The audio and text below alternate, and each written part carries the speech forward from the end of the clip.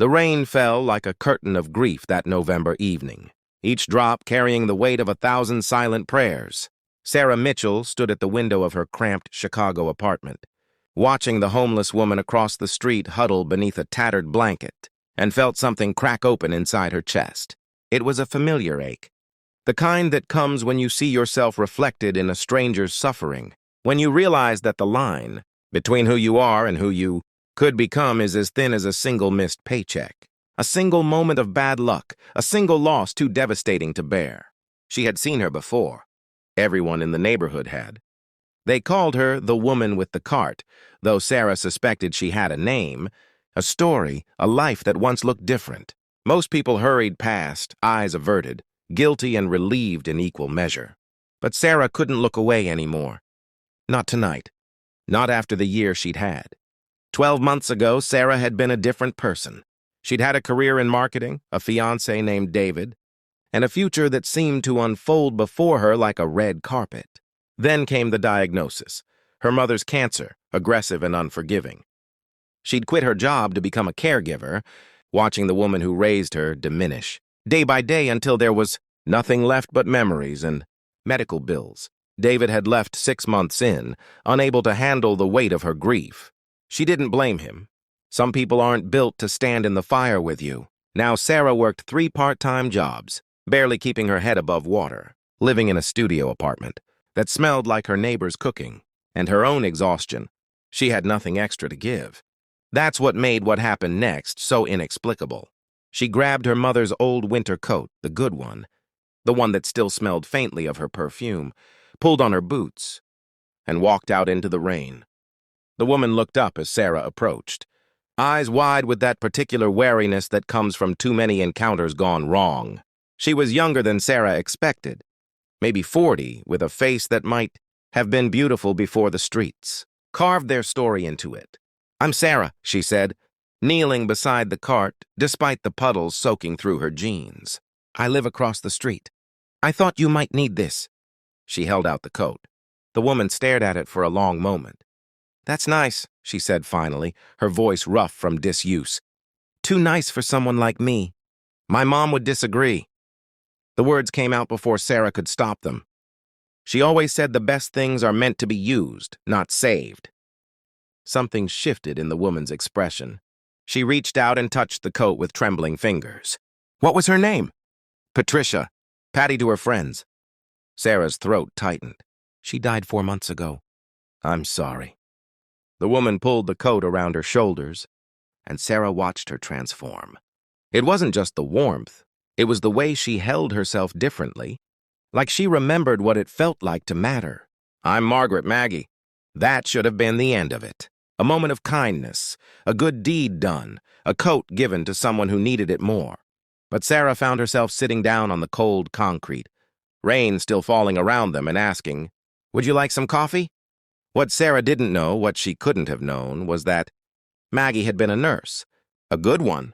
She'd worked pediatric oncology for 15 years before her own daughter got sick. Not with cancer, but with something equally cruel: addiction. Maggie had tried everything, given everything, sacrificed everything. She'd lost her job trying to save her daughter, lost her apartment, lost her daughter anyway when the overdose finally took her, and then she'd lost herself. They talked for 2 hours that night, huddled under the awning of a closed bookstore, sharing stories like old friends.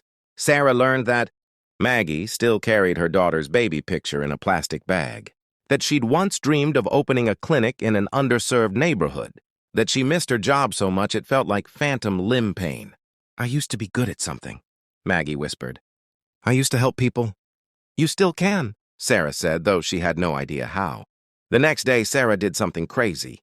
She called her old boss, swallowed her pride, and asked if the marketing firm had any positions open. They didn't. But they had a client, a new community health center opening on the South Side that desperately needed help with their outreach campaign. It didn't pay much, but it was something. Sarah took it. Then she did something crazier. She asked Maggie to help her. "I need someone who understands the community," Sarah explained, finding Maggie in her usual spot. "Someone who knows what people actually need, not what some board of directors thinks they need. I need your expertise." Maggie laughed, bitter and broken. Look at me. I'm homeless. Look at me, Sarah countered. I'm barely holding on myself. But my mom used to say that sometimes the people who are drowning are the only ones who know how to swim. We're going to figure this out together. It started small. Maggie would come to Sarah's apartment once a week to strategize. Sarah would make dinner, cheap pasta, canned soup, whatever she could afford, and they'd work on ways to reach people who'd been forgotten by the system. Maggie's insights were invaluable. She knew which bus routes the most vulnerable populations used. She knew what times of day people needed services most. She knew that dignity mattered more than charity. Slowly, something shifted. Sarah convinced the health center's director to meet with Maggie. The director, a woman named Dr. Chen who'd grown up poor herself, saw what Sarah saw, not a homeless woman, but a skilled nurse who'd been broken by circumstances. She offered Maggie a job as a community outreach coordinator. It came with a small salary and, more importantly, health insurance that included mental health services. Maggie cried when she accepted. I don't know if I can do this, she admitted. Neither do I, Sarah said honestly. But we're going to try anyway. The transformation wasn't smooth or simple. Maggie relapsed into depression twice. There were days she didn't show up. Days Sarah had to walk the streets looking for her. Days when giving up seemed like the only sane option. But Sarah had learned something from watching her mother fight cancer.